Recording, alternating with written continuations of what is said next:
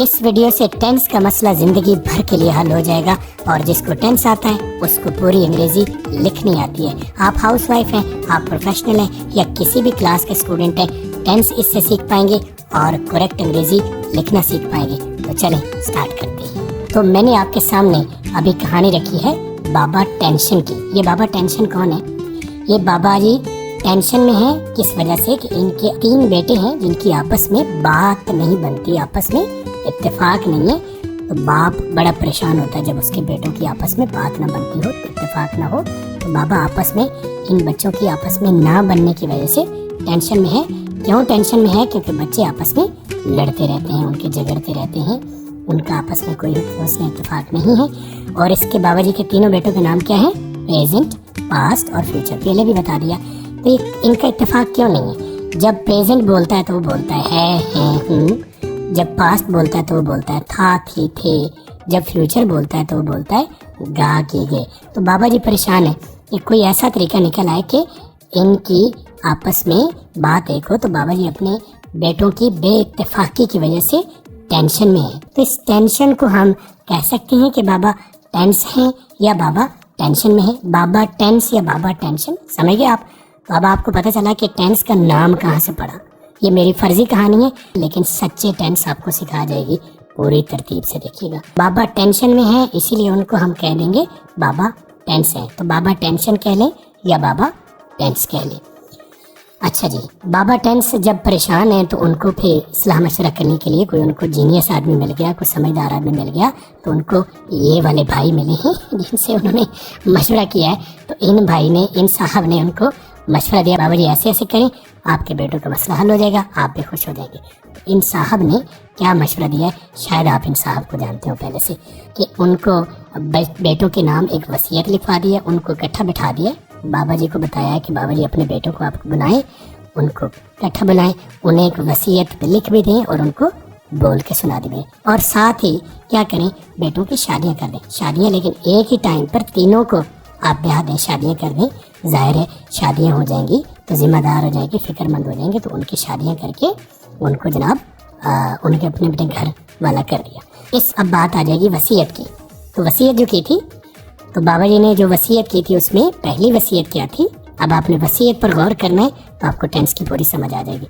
Number 1, तीनों भाई अपने हम असर बच्चों यानी कजन्स का एक ही नाम रखेंगे। यानी प्रेजेंट, पास्ट और फ्यूचर के जो पहले बेटे का बच्चा होगा, लड़की होगी या लड़का होगा, उनका नाम ऐसे रखा जाए कि वो एक ही हो। प्रेजेंट के बेटे का बच्चे का नाम भी एक हो, पास्ट का नाम भी वही हो और फ्यूचर के बच्चे का नाम भी वही हो। ये शर्त का पहली शर्त है, यानी वसीयत की पहली शर्त है। आपने ध्यान रखना है कि जब भी प्रेजेंट, पास्ट या फ्यूचर का पहला बच्चा होगा तो उसको हम क्या नाम रखेंगे? एक ही नाम रखेंगे। वसीयत की दूसरी जो शर्त है वो है तीनों भाई हम असर कजन्स को एक ही स्कूल में भेजेंगे। ये फिलहाल मैंने ग्रे कर दिया, बता दिया आपको, लेकिन इस पर अभी आपको ध्यान देने की जरूरत नहीं। जब स्कूल भेजने की बारी आएगी तो इसके ऊपर बात करेंगे। अभी पहली शर्त पर नजर रखें कि तीनों भाई हमें अपने हम असर बच्चों यानी कजन्स का प्रेजेंट, पास्ट और फ्यूचर के पहले बच्चे का नाम एक ही रखेंगे। अच्छा जी, शर्त नंबर 3 है अगले पैदा होने वाले बच्चों पर भी पहली 2 शराइत पूरी होंगी, यानी उनके नाम एक ही रखे जाएंगे। लेकिन वो वाले नाम नहीं रखे जाएंगे जो पहले के रख लिए। अगले बच्चों का नाम अलग रखा जाएगा लेकिन कजन्स का आपस में नाम एक ही रखा जाएगा। यानी पहली 2 शराइत उनके ऊपर पूरी की जाएंगी मगर उन्हें अलग स्कूल में भेजा जाएगा। जो दूसरी शर्त थी, उन्हें स्कूल में एक ही स्कूल में भेजा जाएगा, इनको भी एक ही स्कूल में भेजा जाएगा, लेकिन ये वो स्कूल नहीं है जिसमें पहले 2 बच्चे हैं। राइट, अभी ज्यादा फिक्र करने की जरूरत नहीं है, बस आप ये ध्यान में रखिए कि पहले जो तीनों कजन्स हैं उनका नाम एक रखा जाएगा। तो शर्त के मुताबिक क्या हुआ?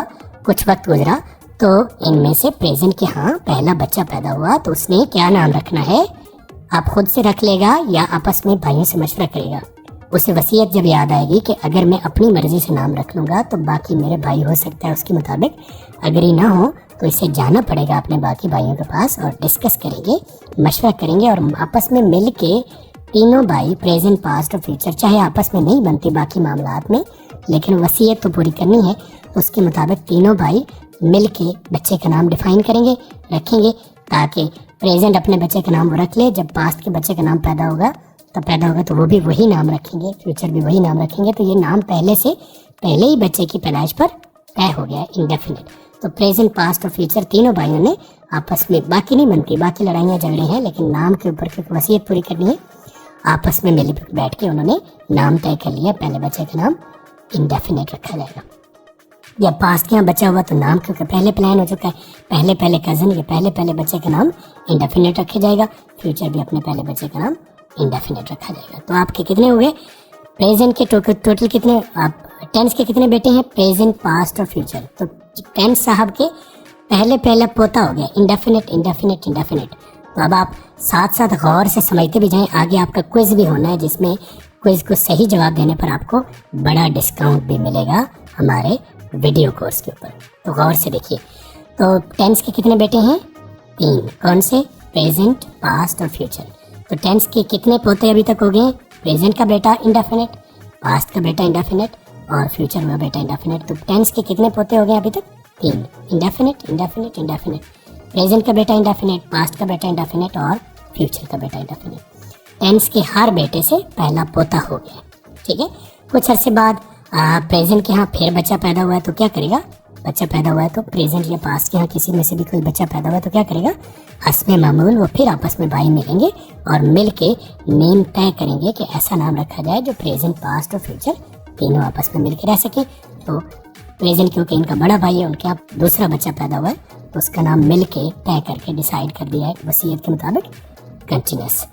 तो इसका नाम कंटिन्यूस रख दिया। जब पास्ट के यहाँ बेटा पैदा होगा तो उसका नाम भी कंटिन्यूस रखा जाएगा, जब फ्यूचर के नाम बेटा पैदा होगा तो उसका नाम भी कंटिन्यूस भी रखा जाएगा। तो अब तक क्या हो गया, टेंस के कितने पोते हो गए, टेंस के टोटल बेटे वही हैं, प्रेजेंट, पास्ट और फ्यूचर। टेंस बेटे 3 ही है, लेकिन बेटे पोते कितने हो गए, 3 पहले थे इंडेफिनिट के और 3 अब 2 और हो गए कंटिन्यूस। तो टोटल टेंस के कितने पोते अभी तक हो गए, 6 पोते हो गए। इंडेफिनिट 3 इंडेफिनिट और 3 कंटिन्यूस, टोटल 6 पोते हो गए।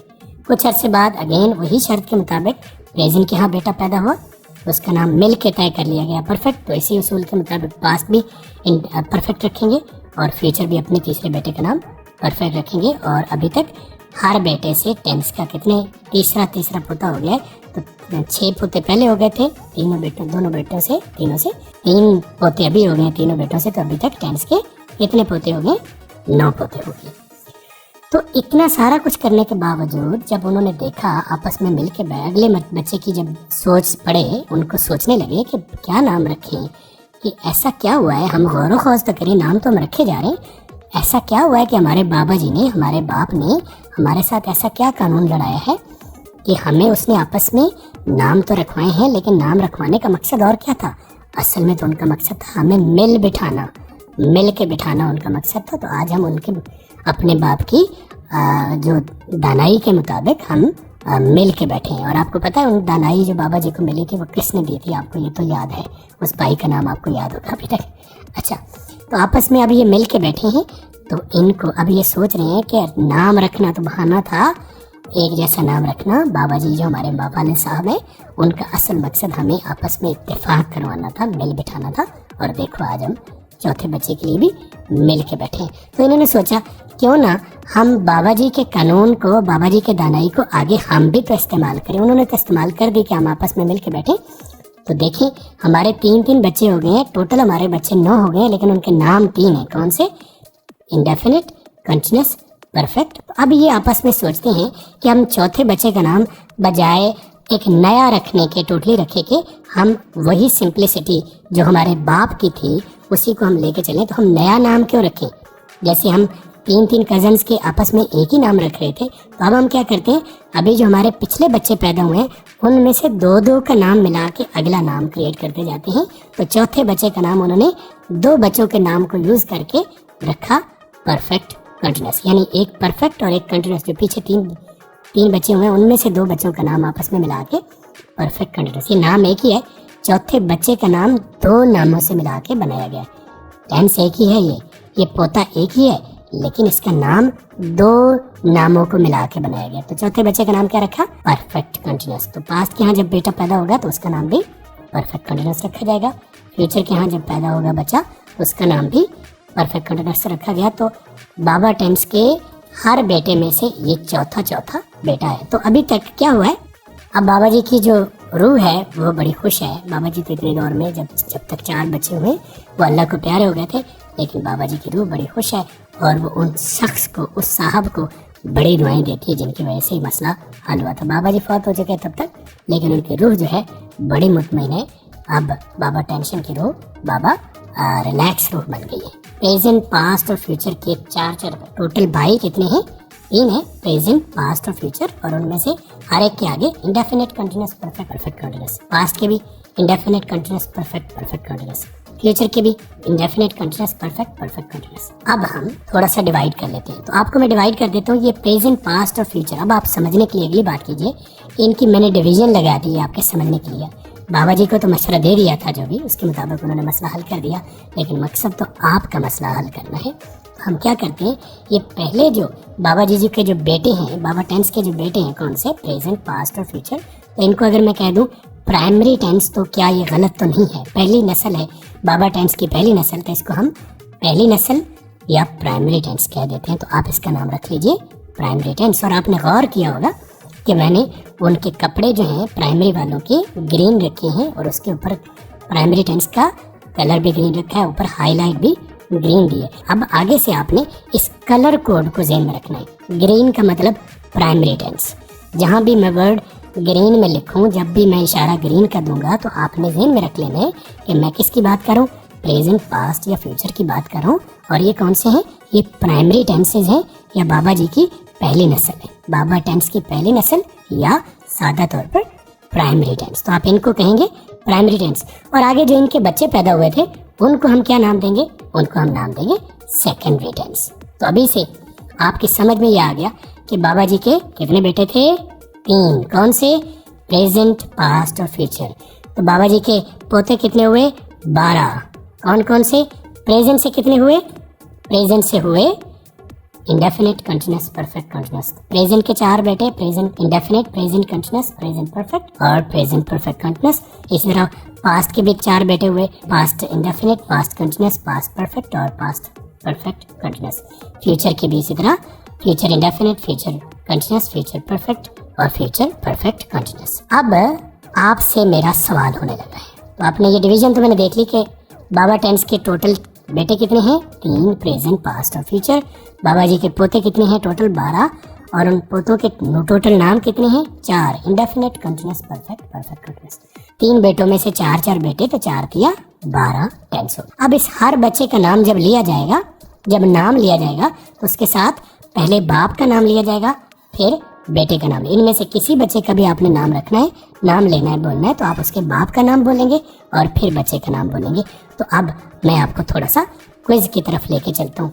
अब गौर से देखिए, 5 सवाल मैं आपसे करने लगा हूँ। आपने Q1, Q2, Q3 लिख के आपने कमेंट्स में जवाब देना है। Q1 का जवाब देना है। मैं सर्कल करने लगा हूँ इनके ऊपर, आपने बताना है इसका मुकम्मल नाम कौन सा है। यानी कैसे बताना है, पहले बाप का नाम और फिर उस बच्चे का नाम। तो आप इस तरह से मुकम्मल टेंस का नाम बता सकेंगे। तो पहला सर्कल ये आपके सामने रहा, आपने बताना है ये वाले टेंस का नाम क्या है। मैं आपके सामने काउंटिंग करता हूँ, आपने बताना है टेंस। आप कमेंट में बताइए, Q1 लिख के आप बताइए टेंस का नाम।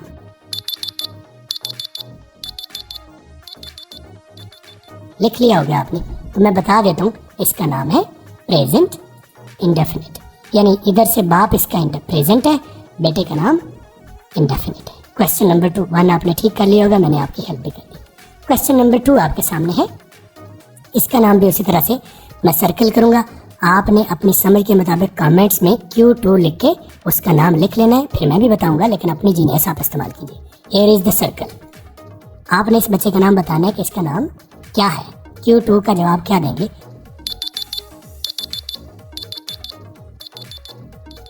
तो इसका नाम क्या बनता है, इधर से क्या बनेगा, पास्ट, और इधर से क्या है, परफेक्ट, सीधा सीधा।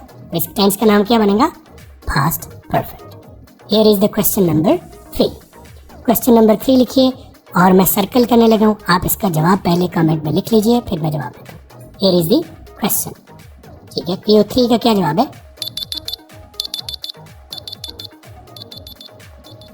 तो क्या नाम है इसका, इधर से ये बाप इसका कौन सा है? फ्यूचर है।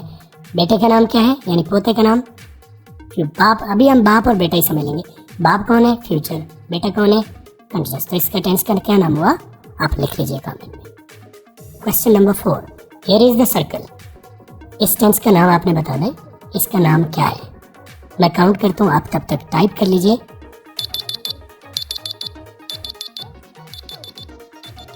तो जवाब दे देता हूँ। बाप इसका कौन है? फ्यूचर है। बेटे का नाम क्या है? परफेक्ट कंटिन्यूअस है। तो टेंस का नाम क्या हुआ? अब आप बता सकेंगे।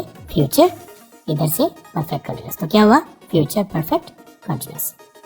आपने लिख लिया होगा। लास्ट क्वेश्चन है और आपने इसका नाम बताना है। वो सर्कल मैंने लाइन पहले खींच दी थी, इसका नाम बस आपने बताना है। पहले आधा जवाब तो मैंने पहले आपको दे दिया।